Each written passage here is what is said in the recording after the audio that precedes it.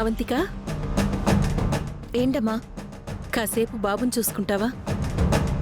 ఏంటలా చూస్తున్నావు? బంగారాజు బయటికి వెళ్ళాడు. మీ నాన్న వచ్చే టైం అయింది. వంట చెయ్యాలి.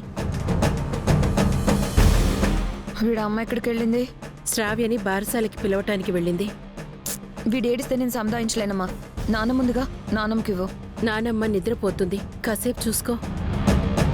నీ మేనల్లుణ్ణి ఆ మాత్రం చూసుకోలేవా ఏంటి?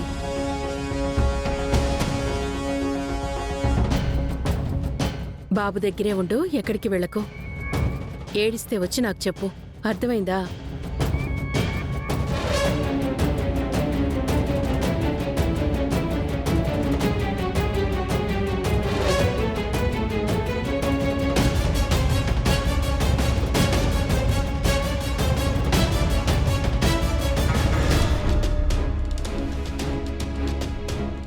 రే బుడ్డోడా, నువ్వు నా కొడుక్కి పోటీగా వచ్చావు.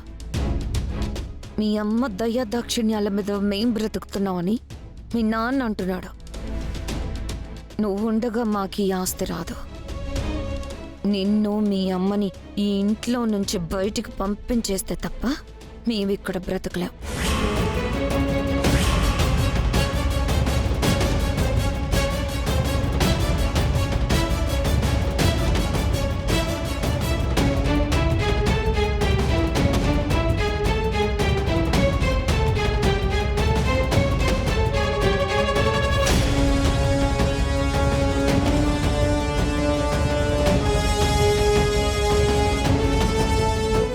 ఏమైనా చేస్తే నా మీదకి వస్తుంది.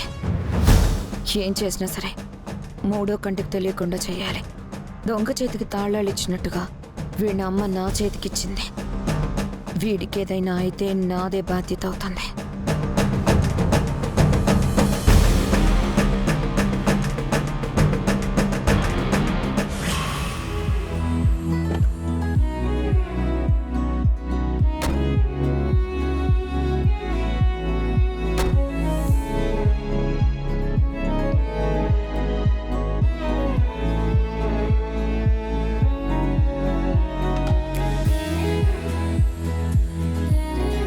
ఏమండి, శ్రావ్య ఫంక్షన్కి వస్తుందని వెళ్ళి అమ్మతో చెప్పండి. తను సంతోషపడుతుంది. ఆ కబురు కోసమే తను వెయిట్ చేస్తూ ఉంటుంటుంది. అలాగేనండి, మీరు కూడా రండి. మీ అమ్మగారు సంతోషం చూద్దరు గాని. అలాగే, పదండి.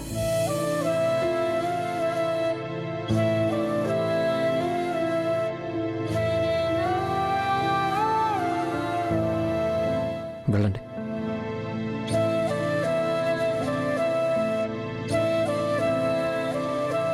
మేడం, వచ్చావా అహల్య? ఆ ఇంట్లో ఏం జరిగింది? శ్రావ్యని పంపించటానికి వాళ్ళు ఒప్పుకున్నారా? ఒప్పుకున్నారండి. శ్రావ్యతో పాటు వాళ్ళందరూ వస్తామన్నారు.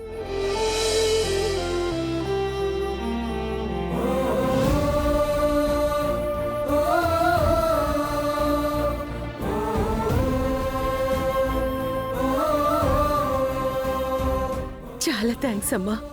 ఇంత చిన్న విషయానికి థ్యాంక్స్ ఎందుకండి? లేదమ్మా, నేను మీ మావయ్య గౌతమ్ వెళ్ళి అడుగుంటే వాళ్ళు ఖచ్చితంగా కాదు అనేవాళ్ళు. అవును, వాళ్ళు నిన్ను ఏమనలేదు కదమ్మా? అక్కడ గొడవేం జరగలేదు కదా? నేను ఆ విషయం గురించే కంగారు పడుతున్నాను. లేదండి, అక్కడ ఏ గొడవ జరగలేదు. నేను వెళ్ళి ఈ విషయం చెప్పాను. వాళ్ళు ఏమనుకున్నారో ఏమో, వస్తామన్నారు. శ్రావ్య వస్తే నాకు సంతోషంగా ఉంటుందమ్మా. దీనంతటికీ కారణం నువ్వే. నిండు నూరేళ్ళు చల్లగా ఉండాలి. ఏమండి, బాబెక్కడా? మీ మావయ్యకి భోజనానికి టైం అవుతుందని నేను వంట చేయడానికి వచ్చానమ్మా. బాబుని అవంతికకిచ్చాను.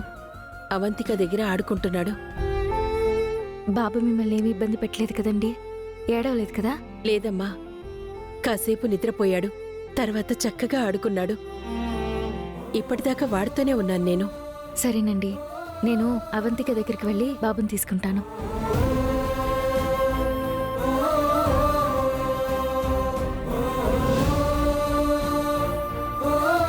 ఏమండి, శ్రావ్య వస్తుందని చెప్పాను. చాలా సంతోషపడ్డారు. నేను చూశానండి, చాలా హ్యాపీగా అనిపించింది. ఇదంతా మీ వల్లే. బాబు అవంతిక దగ్గర ఉన్నాడంట, చూద్దాం పదండి. రండి.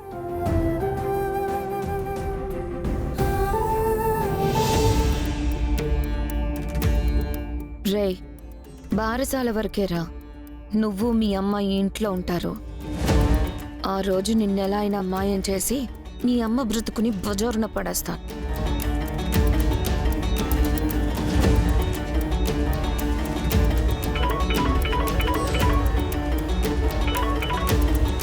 హలో,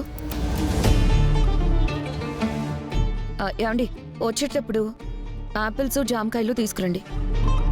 అలాగే బుజ్జిగాడి కోసం పుచ్చకాయ దానిమ్మ పళ్ళు తీసుకురండి.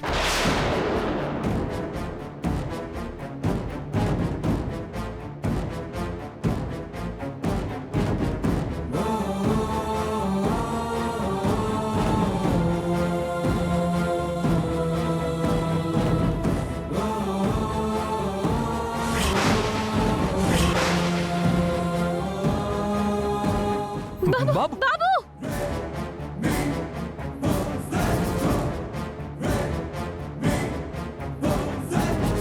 అక్క,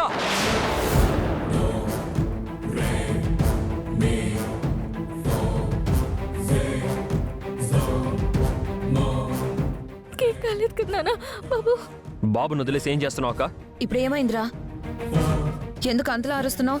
ఏమైందా? మేము రావడం కొంచెం ఆలస్యం అయి ఉంటే బాబు కింద పడిపోయేవాడు. బాబుని పట్టించుకోకుండా ఫోన్లో మాట్లాడుతున్నావు ఏంటి? నీకు బాబు కంటే ఫోన్ ఎక్కువైందా? ఎందుకురా అరుస్తున్నావు? మీ బావ ఫోన్ చేస్తే మాట్లాడుతున్నాను. వాడు జారి కింద పడతాడని నాకేం తెలుసు?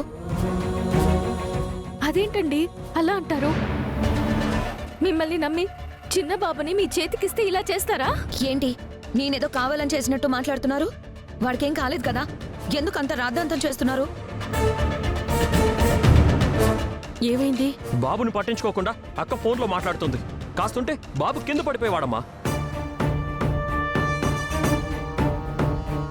ఏంటి పిల్లాన్ని పట్టించుకోకుండా ఏం చేస్తున్నావు?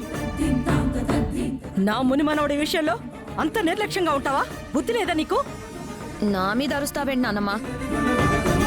చంటి పిల్లాన్ని వదిలేసి వీళ్ళిద్దరూ బలాదూర్గా తిరిగితే నాదా బాధ్యత? మేమేం బాలాదూర్ తిరగట్లేదక్క. శ్రావ్యని ఫంక్షన్కి పిలవడానికి అహల్య వెళ్ళింది. మీ సొంత పనుల మీద మీరు తిరిగితే మీ పిల్లాడిది నాదా బాధ్యత? ఎవరి పిల్లాడిని వాళ్లే చూసుకోవాలి.